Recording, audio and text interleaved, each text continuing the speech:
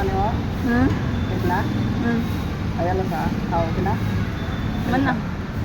Ayan. Ayan.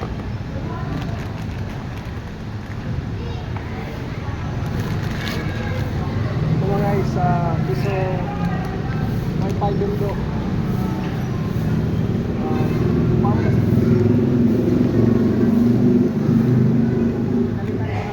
Ito ganito. Ito mga guys, oh. Yung one niya. Adapter niya AC/DC. Dapat yung box mga guys, dito yung ipalit niyo po. Yung piso Wi-Fi na hindi na lang na-shutdown. So, usually dito lang mga guys, palitan nyo lang ito. Yung modem Wi-Fi charger, pwede doon. Decoder charger, pwede din siya. Kasi doon down. Yung box yung output din mga guys. Ito yung sa loob niya. Kanina ayaw mag-power, pinalitan ko ito mga guys. So, sira.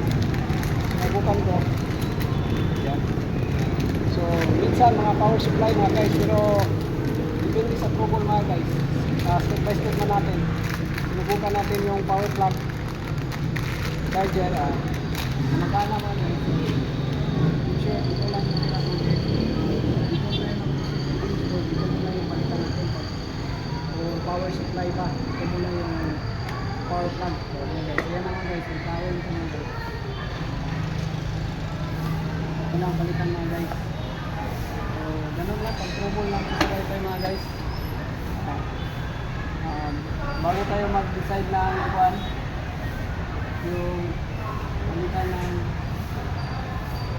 kahit ano-ano power supply ba. So, dito muna tayo sa kuan namin. Charger na lang ito. Modem charger, pwede yung decoder o charger. So, sa 12 volts may tayo sa output. So, yan natin, sumakan natin. Magana yung piso wifi natin. Ito na, nagpower na mga guys.